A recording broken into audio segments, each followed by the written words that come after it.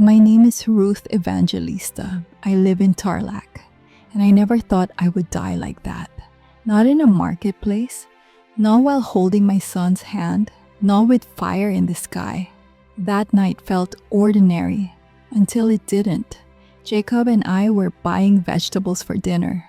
There was music playing, the smell of grilled ice-saw, the sound of tricycle horns echoing under the lamps. And then the flash. A thunderous light tore through the stalls. I couldn't even scream.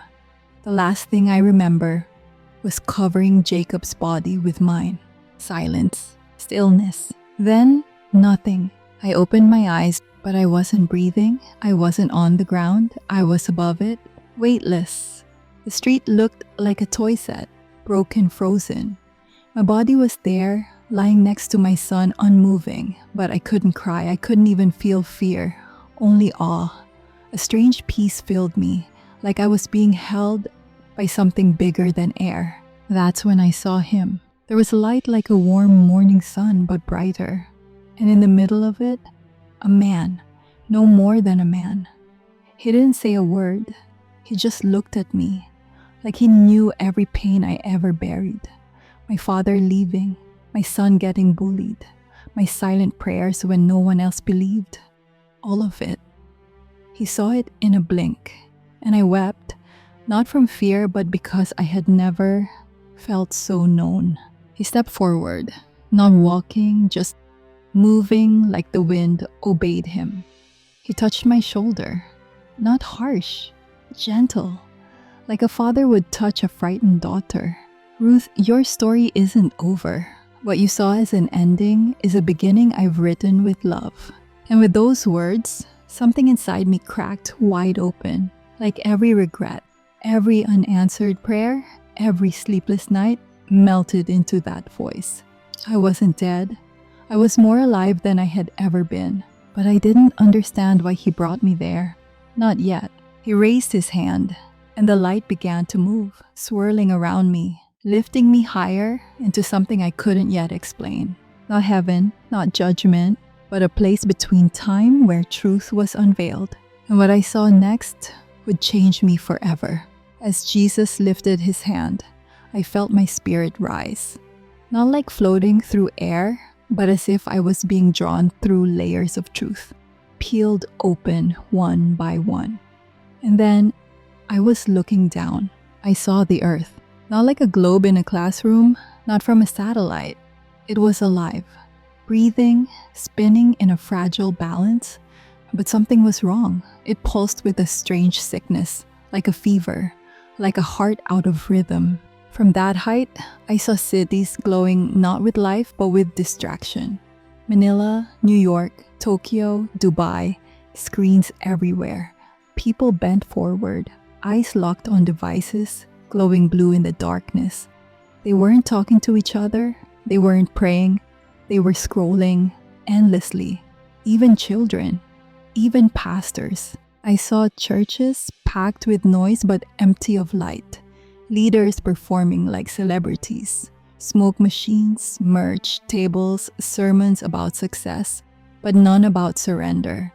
Some of these churches looked powerful, but heaven did not see them as bright. They were dim, flickering, already half gone. I looked closer and saw something worse. People were wearing masks, not on their faces but over their hearts. Some carried Bibles in public, but curses in their homes. Some gave to the poor on camera, but beat their wives behind closed doors. A massive lie was floating in the air like smoke telling the world, "You are fine. You don't need saving. You are your own God." They have traded my truth for comfort, my cross for convenience. They no longer seek me, only what I can give. Tears welled up in my soul, not just for others, but for myself. I remembered the times I prayed only when I was desperate, the days I looked for signs, not for surrender. And I cried out, "Lord, how did it get this far?" Then the world split open again. I saw behind the scenes, newsrooms, social media offices, even school boards. I saw spirits whispering, not with mouths, but with influence. They poured out ideas like ink into water, telling children there is no truth, telling men to chase power, telling women they are never enough. Every lie looked like freedom, but every lie had chains. People were drowning in options, choices, pleasure, knowledge, but starving for love, real love, the kind that tells you the truth even when it hurts. The deception is not in the darkness. It is in the light that pretends to be mine. I saw a massive crowd at a concert, hands lifted, tears falling. But it wasn't worship. It was escape. I saw another crowd in a mega church, shouting amen while ignoring the homeless outside their parking lot. Even the good seemed poisoned. Even the light seemed artificial. I saw governments shaking hands behind golden curtains. I saw leaders smiling on camera while planning war off-screen. I saw politicians speaking of peace while selling weapons in secret. This is not conspiracy. This is captivity. And my people have fallen asleep under a blanket of comfort. Then he showed me something that crushed my heart. I saw Jacob, my son, sitting in front of a tablet alone. No more laughter, no more games. His eyes were tired, his spirit dim. I wanted to scream, turn it off, go outside, look at the sky, pray. But I couldn't. I was only a witness now. I looked at Jesus, broken. He wasn't angry. He was grieving. The enemy has not just distracted them. He has disconnected them from me and from each other. I saw entire nations following influencers more than prophets. I saw pastors getting advice from branding experts instead of kneeling on the floor. I saw teenagers who could name 5 K-pop stars, but not one apostle. It was madness. And yet, it looked normal to the world. And then I saw the scariest thing of all. I saw a thin line, almost invisible, separating 2 groups. On one side were those who still heard his voice. Their eyes were dim, but their spirits were awake. They stumbled, but kept returning. And on the other side were people who believed they were fine. People who quoted verses, but lived like God was a hobby. People who thought being nice was enough. And I realized the great deception wasn't global politics, or technology, or even fake religion. It was this: to think you are saved when you are still asleep. That's when the light changed again. Jesus looked at me. Ruth, this is not to shame them, but to awaken them. What you see now, you must speak. There is still time, but not much. And with that, I felt the earth begin to tremble. Something darker was coming. Something loud. The war was no longer just invisible. It was about to explode. The trembling grew louder, not beneath my feet, but inside my soul. The earth was groaning, like a woman in labor, like something ancient was about to break. Jesus stood beside me, his eyes fixed not on me, but on what was coming. Then it began. The sky before me cracked like glass under pressure, and through that crack, I saw a timeline. But it wasn't chronological, it was spiritual. Events unfolding not in days or years, but in decisions. In darkness being given permission to rise. Cities appeared like burning embers suspended in the void. I saw Jerusalem, golden, sacred, but trembling. I saw a parade of soldiers marching near the Temple Mount. Their boots echoed like thunder. Their weapons were not only metal, but also information, words that twisted truth, propaganda dressed as patriotism. Suddenly, a single flash. It wasn't from the sky. It came from under the ground. A deep boom followed, then silence, then screaming. Jerusalem was hit, then Tehran, then New York, then Tokyo. It didn't happen all at once, but it felt like dominoes falling, ruthless, strategic, without warning. And each explosion didn't just shake the land. It ripped open the veil between what is seen and unseen. Spirits of chaos rose from the ashes, laughing, multiplying. This is not my judgment. It is man's rebellion harvesting its fruit. I saw nations pointing fingers, blaming others, justifying their retaliation. Iran blamed Israel. Israel blamed America. Russia stood silent, calculating. China activated a quiet swarm of drones. The Philippines, my beloved nation, watched in silence, confused, unsure who to trust. But then I saw something that broke me. Children, covered in ash, holding each other, searching for parents that would never come. One little girl held a picture of Jesus, pressed against her heart as bombs fell nearby. And I whispered, "Why, Lord? Why let them suffer? I do not desire this, but I gave man the gift of choice. And the world has chosen noise over me, pride over peace." Then he showed me the hidden hands. In dark rooms behind screens in tall towers, leaders, businessmen, tech moguls, laughing over charts. They were orchestrating not peace but the illusion of it, a ceasefire that was meant to calm the masses only to prepare for control. A global treaty, crafted not with hope but with hooks. One man stood among them, tall, charismatic. His eyes gleamed with power, but not warmth. I didn't know his name, but I felt his presence like ice down my spine. He spoke softly, yet the world obeyed. People called him a genius, a peacemaker, a bridge between religions, a new era's leader. But heaven didn't call him that. This one does not come in my name, though many will believe he does. Then I saw churches divided. Some resisted him. Others welcomed him, quoted him, even changed their sermons to please him. One pastor stood on stage and said, "He has brought the peace we prayed for." But the peace was thin, like a painting overwrought. Behind the scenes, this man was building a system, not of tanks, but of trust. Digital, seamless, global. And I saw a phrase written in air to belong, "You must comply." It was not shouted.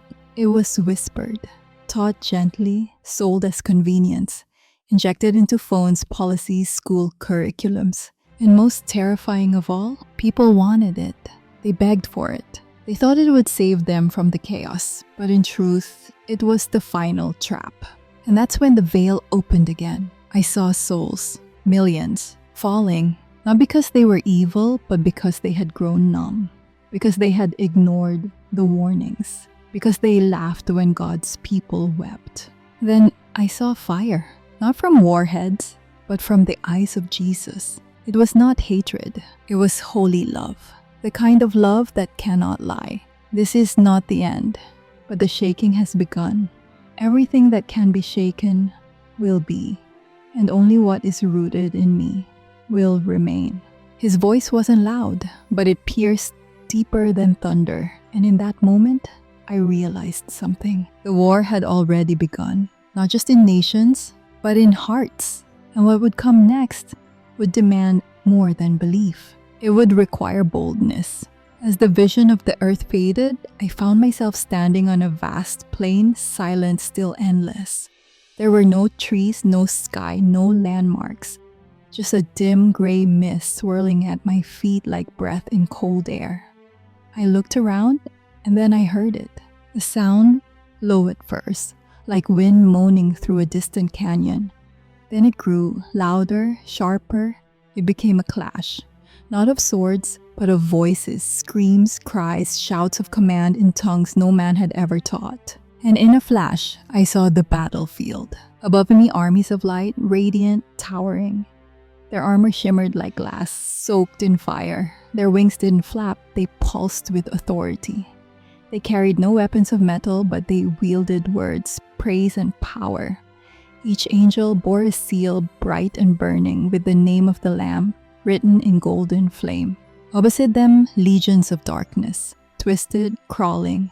Some took forms like men, others like shadows draped in bones. Their wings were broken, their eyes bled hate. They moved like serpents in fog, hissing lies that sounded almost true. Their laughter was mockery, their breath like rotting wind. They bore symbols, two sigils of ancient rebellion. Marks of betrayal burned into their skin.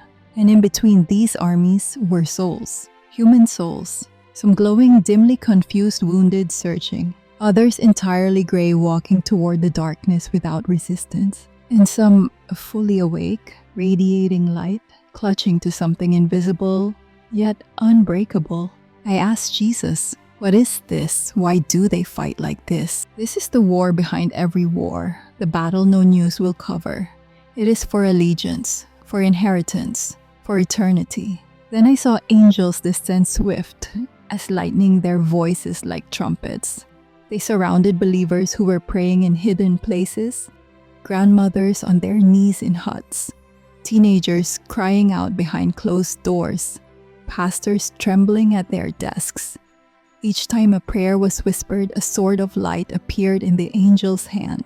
And every time a lie was spoken, every time someone cursed God or fed hatred online, the demons grew louder, feeding off despair like smoke rising from a battlefield. The most terrifying were not the monstrous ones, but the beautiful ones. Dark angels disguised in beauty, appearing in dreams, speaking half-truths, telling people to follow their hearts, to embrace all paths to love, without limits, while slowly severing them from truth. Even Satan appears as an angel of light. That is why my people must discern not just with mind, but with spirit. I saw angels weep as believers gave up some, just inches away from breakthrough. I saw demons cheer as influencers mocked purity. I saw scrolls opened in heaven detailing battles won not by might, but by obedience in secret. Then I saw a circle of fire ignite in the middle of the plain. From it rose a sound unlike anything I've ever heard, a sound not of battle, but of worship. It came from underground churches, from jail cells, from a homeless woman singing under a bridge, from a child whispering, "Jesus, help me in the dark." And that sound split the battlefield in half. Angels rallied, demons shrieked. I saw one angel clothed in gold descend like a meteor and drive back a swarm of serpents attacking a village in India. I saw another angel wrap his wings around a young man battling suicide in Makati. Every act of faith, every tear cried in surrender, was a weapon. The war wasn't fair, but it was already decided. I have already won, but you, Ruth, must awaken my people. Too many still live as if they are civilians, when they are soldiers. I wept. I trembled. I shouted, "Lord, what can we do?" The darkness roars loudest when it is losing. Remind them my light does not flicker. It burns eternal in those who choose me. And as he spoke, I saw halos appearing over the heads of the faithful. Not just pastors, not just missionaries, but janitors, waitresses, farmers, mothers, those who had lived unseen but burned brightly in faith. And then I saw a boy, no older than 10, blind in the natural, but in the spirit he saw clearly. He stood between two demons and lifted a hand. He said one word, "Jesus," and the ground split. Light surged from his heart. The demons fled. That's when I knew the victory was never about power, but purity. The battlefield faded. The mist returned. But my heart was forever marked. What came next would reveal who had truly been listening all along. When the battlefield vanished into mist, I found myself drifting not upward, not downward, but through something like a river of light. No sound yet, I could feel a vibration all around me. A pulsing rhythm, not mechanical, but alive. It was like the heartbeat of a bride preparing for her groom. I blinked, and suddenly I was looking at the earth again, but not as before. This time I didn't see cities or chaos. I saw light. Tiny points of light, barely flickering at first, scattered across continents. Like stars fallen onto the surface of the world. Some flickered once and vanished. Others glowed steadily. But then I realized these weren't just lights. They were people, ordinary people. But in the spirit, they were lit from within. A woman in a cramped Manila apartment, kneeling beside a broken fan, whispering the names of her children to God. An old man on a mountaintop in Mindanao, crying as he held a faded photo of his wife praying for revival in a land he'd never leave. A young girl in Kenya, barefoot, trembling, holding her stomach in hunger, yet singing praises through the tears. These were not the rich, or the famous, or the followed. They were the hidden ones. and they were shaking the foundations of the world. These are my pillars. They do not post, they do not perform, but they pray.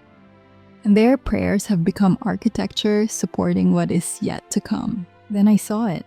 Each time, one of them prayed not a long, elegant prayer, but a groan, a whisper. A tear thread of gold stretched from their heart into the heavens. At first, the threads looked fragile, but as more prayers rose, the threads intertwined. They formed a net, a radiant, living network of intercession. It stretched across oceans over war zones, through jungles into prisons. It wasn't created by strategy or denomination, but by desperation, intimacy, hunger. It was the opposite of social media. This network didn't feed on attention, it fed on brokenness. And its strength came not from size, but from sincerity. This is the resistance, not built in bunkers or banks, but in bedrooms and behind closed doors. I watched in awe as a boy in Vietnam knelt beside his bamboo bed and simply whispered, "God help us." And instantly his thread shot up, connecting with an elderly pastor in Finland who had been praying the exact same words in his own tongue. It didn't matter the language, it mattered the longing. And I saw angels, yes again, descending along the threads. They were swift, joyful, as if these paths were highways paved with authority. And where they landed, change began. One thread led to a hospital where a nurse quietly laid hands on a dying patient and whispered, "Jesus loves you." One thread reached into a prison where an inmate who had once been a killer dropped to his knees, weeping as he remembered his mother's prayers. This wasn't revival in stadiums. It was revival in silence. But it was real, and it was multiplying. I looked again and saw that some lights were starting to pulse, not just steady, but rhythmic, like fire breathing. These were intercessors, men and women who had died to their own dreams and picked up the mantle of watchmen. They weren't loud, but they were bold. They weren't on stage, but they were on their faces. Some had never preached a sermon, yet in heaven their names were known like generals. In the end, it will not be the celebrities who sustain my church. It will be the surrendered. The network thickened. It began to glow in patterns, circles forming around cities, spirals rising above nations. I realized it wasn't random. It was strategy, but not man's. Heaven had a blueprint, and these intercessors, this net of fire, was heaven's way of holding back judgment while extending mercy. I saw too that some threads had been cut. People who had once burned bright, now dimmed by offense, by busyness, by disappointment. I asked Jesus, can those threads be restored? Yes, if they will remember their first love. I have not moved, but many hearts have. And then I saw him reach out, touching one broken thread. And instantly a light reignited. A woman who hadn't prayed in years suddenly burst into tears and whispered, "I miss you." The thread returned, the connection renewed. Tears streamed down my face, not from fear, from hope. Because in that moment, I saw it. The war was not being won by politicians or prophets on platforms. It was being won in secret rooms on tear-stained floors by people the world would never celebrate, but whom heaven would crown. And just before this vision faded, I heard a whisper move across the network. It's time. And the light began to surge. The threads of light still shimmered in my spirit, but the vision began to shift again. The network of prayers slowly faded into the background, and I found myself alone standing on a cliff. Not a physical one. This was a place of decision, a spiritual edge. Beneath me was the world, teetering. The cities glowed like embers ready to go out. Nations hummed with tension. People rushed through their routines, scrolling, working, debating, but completely unaware of how close they stood to the point of no return. And beside me stood Jesus, his face radiant but somber. His eyes didn't just see, they pierced. You have seen, you cannot unsee. You have heard, you cannot unhear. Now you must choose. I trembled. I didn't feel brave. I didn't feel wise. I didn't even feel worthy. Lord, who am I? I'm just one person. They'll think I'm crazy. They won't believe me. It's not about being believed, it's about being faithful. Speak what I show you and leave the rest to me. I wept because I knew what this meant. To speak meant to suffer. To warn meant to be rejected. To carry the truth meant to lose comfort. But to stay silent would be to betray everything I had seen. Suddenly I was shown people I hadn't thought about in years. A co-worker from school, my neighbor in the unit next door, a cousin who used to go to youth group but stopped attending after COVID. I saw their faces, their stories, their wounds, and I saw what would happen if no one told them. Not yelled at them, not preached over them, but loved them with truth, shared even when awkward, prayed even when uncomfortable, risked relationship to spark repentance. Many have mistaken silence for peace, but silence in the face of deception is complicity. The words hit hard. I knew this was more than a mission. It was a mandate. I was not being asked to become a preacher on stage. I was being told to be a voice in the wilderness of my world, to speak light in lunchrooms, to pray in secret for strangers, to write what the Spirit whispers even if no one clicks. And then I saw a scroll appear before me, transparent golden, pulsing with light. It wasn't made of ink. It was made of moments, opportunities, windows of time God had appointed for me to speak, to act, to step out. Each time I said yes, the scroll expanded. Each time I hesitated out of fear, it contracted. Then Jesus pointed to the world again. I looked, and this time I saw others on their cliffs. Men and women, teenagers, single mothers, elders who thought they were done, each one holding a scroll. Each one wrestling with the same question, will I speak or stay safe? You're not alone. My Spirit is awakening voices across the earth. But you must not wait for a microphone. Speak to one and it will echo to thousands. I felt my legs grow weak, but my spirit stood tall. Something in me broke and was rebuilt in the same breath. I looked into his eyes again. I'll speak, Lord, even if it costs me. Even if no one claps, even if I tremble the whole time, I'll speak. He smiled, not with the pride of a king demanding loyalty, but with the tenderness of a father who had been waiting for his daughter to say yes. Then go and I will be with you, even in the silence, even in the rejection, even when it seems no one listens, I am listening. And with that, the cliff beneath my feet transformed. It became a platform, not of stage or fame, but of assignment. And suddenly my mouth burned, not with pain, but with fire. The same fire I had seen in the eyes of the praying child. The same fire I had seen glowing on the battlefield. The fire of conviction, the fire of truth, the fire of love willing to bleed. The fire of one who had seen too much to pretend nothing happened. The moment I said yes, the heavens shook, not with fear, but with glory. The air around me changed. It became electric, alive, like the atmosphere just before a storm. But this wasn't dread. It was anticipation. Suddenly I was standing before the earth once more. But this time, the sky was not dark. It was opening. The veil between heaven and earth it tore. And I saw him, not as the gentle teacher, not as the suffering lamb, but as the returning king, Jesus. His eyes were flames, but not flames of wrath. Flames of justice, of longing, of finality. His robe trailed behind him like flowing galaxies. On his thigh was written, King of Kings and Lord of Lords. Behind him, hosts beyond number. Angels armed in radiant glory. Saints clothed in white eyes set like flint. Trumpets sounded, but not from instruments. Creation itself was blowing them. The trees, the oceans, the winds, all groaned, He is coming. Mountains bowed, skies peeled back like scrolls. The sun dimmed, not in terror, but in reverence. The darkness of the world began to shudder because the one they mocked, the one they ignored, was returning in power. I am not late, I am precise.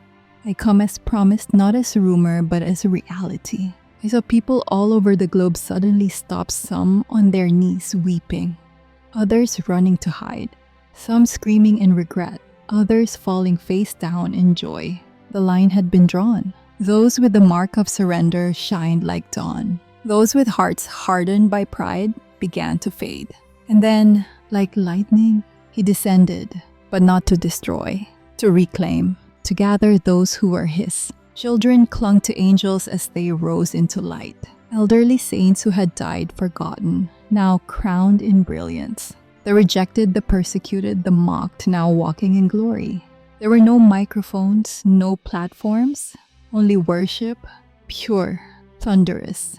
Every knee, every bent, every tongue shouted his name. Jesus, Jesus, Jesus. It wasn't a chant. It was the sound of reality settling into place. I saw demons flee not because they were forced, but because they couldn't stand his presence. The truth of who he was unbearable for those who had trafficked in lies. This is the moment the prophets longed to see. This is the day of great revealing. My bride, awake, adorned, unashamed. He lifted his hand. Time stopped. Creation inhaled. And then he looked right at me. Not just at me, through me, as if he had seen every moment of my life. Every failure, every fear, and loved me all the more. Well done for choosing to speak, for choosing to burn even when it cost you. This is the harvest of obedience. Tears flooded my eyes. I saw others like me, those who had been afraid but had still chosen to obey, now rejoicing, dancing, laughing in relief. And then I looked to the edge of the light. There were still some watching from afar, confused, broken, unsure. And Jesus walked toward them. Yes, even now, he reached out, his hands still scarred open wide. There is still room for the humble, for the repentant. Come home while there is light. And some did. Even as judgment was drawing near, mercy still lingered, because that's who he is. The lion who roars, but the lamb who still calls. The end was not a doom. It was a door, and those who stepped through it entered not death, but life without end. If you've made it this far, then maybe your heart like mine is burning. This wasn't just a story. It was a wake-up call. A call to remember what truly matters. Beyond headlines, beyond distractions, beyond fear. In a world racing toward noise and division, God is still whispering. He's still reaching out. Through war, through silence, through people like you and me. Speak, shine, stand. Even if your voice trembles, even if you stand alone. Because you are never truly alone, I am with you. This story is not about a nun or a vision. It's about all of us. Will we keep scrolling, or will we surrender? Will we keep waiting for someone else to act, or will we become the light this world so desperately needs? If this message stirred something in your heart, don't let it fade. Take a moment to pause, to pray, and to ask God, what do you want me to do with what I've just heard? And if you believe others need to hear this too, please like this video. Leave a comment. We'd love to hear how God is speaking to you, and subscribe to our channel Pinoy Faith Stories so you never miss stories like this one. Together, let's be part of a movement of voices quiet but bold, scattered yet united faith stories rising in every nation, one heart at a time. Because this isn't the end, it's just the beginning. God bless you, and may His light guide you home.